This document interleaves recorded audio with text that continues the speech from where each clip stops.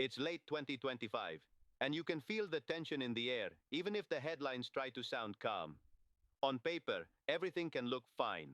Employment numbers, stock markets, official press conferences with neat charts and confident smiles.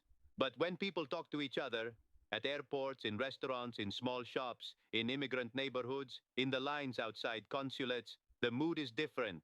Uncertainty has a sound. It's the pause before someone answers, the way they lower their voice when they say, I'm not sure if I'll be able to travel, or I don't know if my family will make it, or I don't know what's going to happen next. Now imagine that uncertainty landing right in the middle of the biggest global sporting event on the calendar, the 2026 FIFA World Cup, largely hosted inside the United States. This is where a visa decision stops being a bureaucratic headline and becomes something much bigger, an economic shockwave, a reputational test, and a stress test for whether a country can host the world while simultaneously narrowing the door.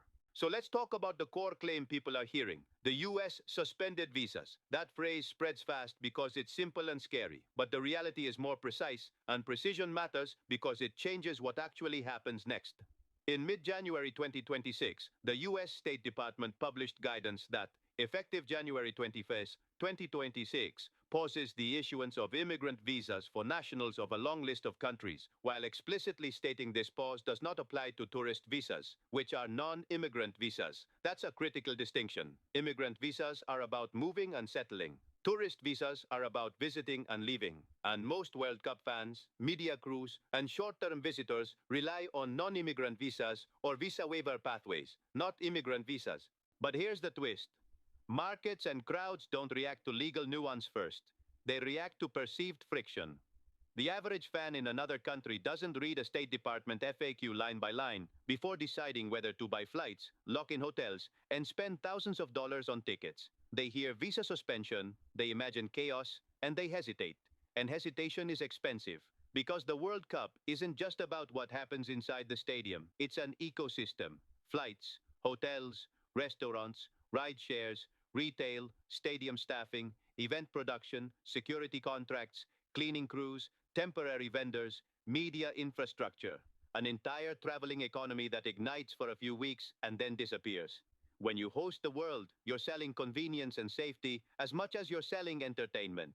Now place that against another reality. Separate from immigrant visa processing, the US has also had entry restrictions described as a travel ban, affecting specific countries, and those restrictions can directly affect who can enter as a visitor, depending on the policy details. That matters more for the World Cup than immigrant visa policy does, because it touches the exact category fans use to attend visitor travel. And here's where the World Cup math becomes unavoidable. FIFA's tournament scale in 2026 is enormous. 48 teams, 134 matches across North America on fixed dates. FIFA's schedule and official tournament info emphasize the size. This isn't a small festival. It's an industrial-scale logistics operation that relies on millions of smooth border crossings. The majority of matches are in the US, with Canada and Mexico hosting a smaller portion. That means the US isn't just one host among equals. It's the main stage. So what happens if visa friction rises? Not what happens in theory, but what happens in the real world, where fans are comparing options, budgets, and risks. You get substitution. People still want the World Cup experience, but they choose the path with fewer unknowns. Some will aim for matches in Canada or Mexico instead. Some will attend fan festivals outside the US. Some will watch at home. Some will travel only if their team reaches later rounds. And the later rounds are heavily US-based, meaning last-minute demand spikes collide with the worst possible moment for visa bottlenecks. And substitution changes the economics in a very specific way. It doesn't just reduce tourism, it reshapes who benefits and who loses. The hotel manager in a US host city who staffed up expecting international occupancy doesn't get to make it back later. The restaurant that expanded seating doesn't get a redo. The rideshare driver who planned those weeks as peak income doesn't get a rain check. These are time-sensitive revenues. In event economics, missed demand is often gone forever. FIFA-associated impact modeling for the 2026 World Cup has projected large benefits tied to tourist spending, GDP contribution, and jobs. Numbers that, while always debated in how they're calculated, give you the scale of what's at stake. One FIFA World Cup 2026 impact analysis projects US GDP impact in the tens of billions and employment impact in the hundreds of thousands of full-time equivalent jobs when you account for direct, indirect, and induced effects, with tourist expenditure being a major component. If that tourist component gets clipped, not erased, just clipped, the losses concentrate in hospitality, food service, transportation, and local retail. And those are sectors that already live on thin margins and high volatility. Now let's get practical. How does visa policy translate into fewer visitors, even if tourist visas aren't technically suspended? Through three channels: perception, capacity, and timing. Perception is obvious. People don't like uncertainty when they're spending a lot. If they feel unwelcome, or if they worry about being turned away, they don't go. The World Cup is supposed to feel like a global party. The moment it feels like a global checkpoint, the vibe changes, and vibe is money. Capacity is less obvious, but even more important. Consular services run on staffing, appointments, security screening, backlogs, seasonal surges. If you add new rules, extra vetting layers, or shift resources, you can create appointment scarcity. Even if a person is eligible, if they can't get an interview slot or their processing time stretches too long, they miss the event. No one cares that the system eventually approved them in September if the match was in June. Timing is the silent killer. The tournament has fixed dates. Your approval arriving late is the same as a denial for that purpose. And timing risk makes people decide earlier than they otherwise would. They choose safer trips. They don't buy non-refundable hotels. They don't commit. Now connect all of this to the US economy itself. People sometimes speak about a World Cup as if it's just sports. But in 2026, it's also a confidence signal. Hosting is a brand statement. Come here, spend here, celebrate here. Visa restrictions send a different signal. Come here, but only if you qualify under tighter and shifting terms, and only if you're comfortable with more scrutiny. Those two signals can coexist on paper, but in human psychology they collide. And when confidence collides, you get ripple effects beyond the stadium. Airlines adjust capacity. Travel companies adjust packages. Sponsors shift activation budgets. Global media narratives shift from festival to controversy. That matters because the US is not only selling tickets, it's selling long-term tourism, long-term investment, and long-term soft power. The World Cup is basically the world's biggest commercial for host cities, and commercials can backfire if the audience feels rejected. There's also a second-order effect that economists love because it's measurable: the chilling effect. A policy might target one category, but it can chill broader activity. If immigrant visas are paused for nationals of many countries, you can still see travel hesitation among people who aren't immigrant applicants at all, because they assume the US is tightening everything.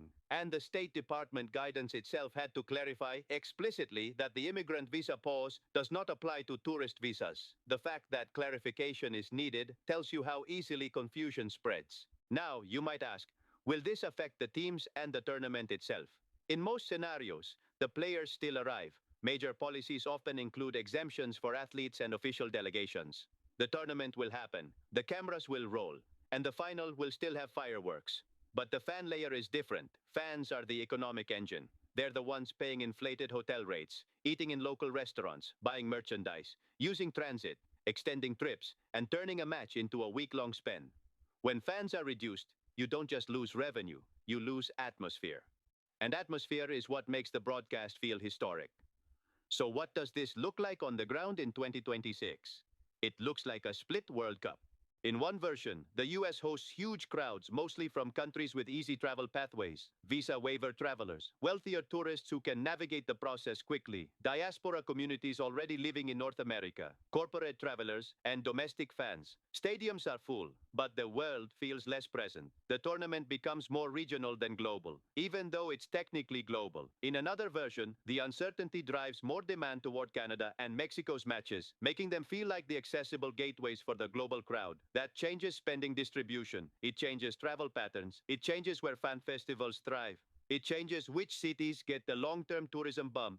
In the most volatile version, even people who are eligible to travel to the US hesitate because they don't want to be caught in airport delays, policy changes, or stricter screening. They choose to enjoy the World Cup from outside the country or on screens at home, and the US host city economic upside underperforms expectations. And when underperformance happens, political arguments ignite immediately. One side claims restrictions protected national security and sovereignty. Another side claims restrictions damaged economic opportunity and global reputation. But the economy doesn't care about ideology. The economy only cares about throughput, how many people arrived, how much they spent, and whether the event felt frictionless enough to inspire repeat tourism. Here's the part that tends to surprise people. The costs don't have to be massive to matter.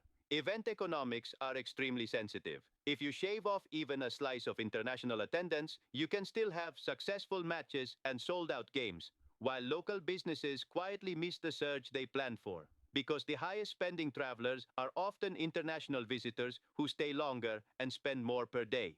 If the visitor mix shifts toward shorter stays and more domestic travel, the per capita spend can drop even if headcount looks okay. And there's another layer, labor and staffing. World Cups create temporary jobs and contracts, which can be a big deal for workers in hospitality and services. The FIFA impact analysis uses full-time equivalent job estimates to describe that labor effect across the event's economic footprint. If the demand doesn't fully materialize, businesses hire less, schedule fewer shifts, and invest less. It's not just lost profit. It's lost work hours for real people. So what should we watch for to know which version of 2026 we're getting? Not slogans, not speeches. Watch the signals. Watch consulate appointment availability and processing times in early 2026. Watch whether policies expand from immigrant categories into broader visitor categories. Watch airline seat capacity to US host cities for June and July. Watch hotel booking curves and cancellation trends. Watch whether sponsors and travel partners start pushing Canada and Mexico routes harder in their marketing.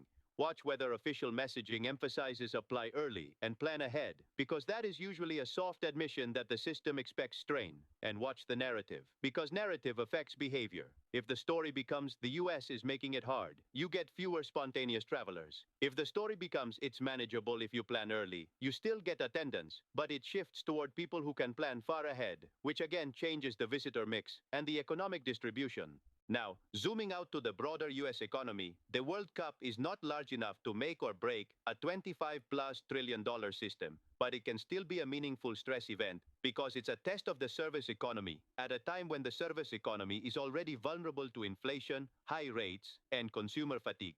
It's also a test of international confidence at a time when global travel demand is highly sensitive to policy signals. And there's a deep irony here.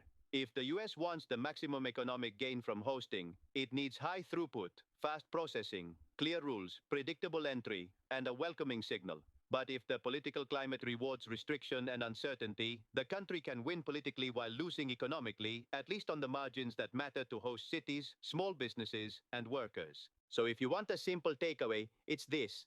The World Cup is a machine that turns frictionless travel into local spending. Visa suspensions and travel restrictions are, by design, friction. Sometimes governments accept that trade-off for reasons they consider more important, but the trade-off is real. And in 2026, because so much of the tournament is concentrated inside US borders, that trade-off becomes impossible to hide behind slogans. The bigger question, and the one that will linger long after the final whistle, is what story the United States chooses to tell the world in 2026. Is it the story of a confident host that can welcome millions while managing security with competence and clarity? Or is it the story of a host that treats global visitors as a risk first and a guest second? Because the economic impact of the World Cup isn't only the dollars spent in June and July, it's also what people remember afterward. The trip they took, or the trip they canceled, the city they fell in love with, or the city they decided wasn't worth the hassle, the sense that they were welcomed, or the sense that they were tolerated. And that memory has a price tag, even if no one prints it on a ticket.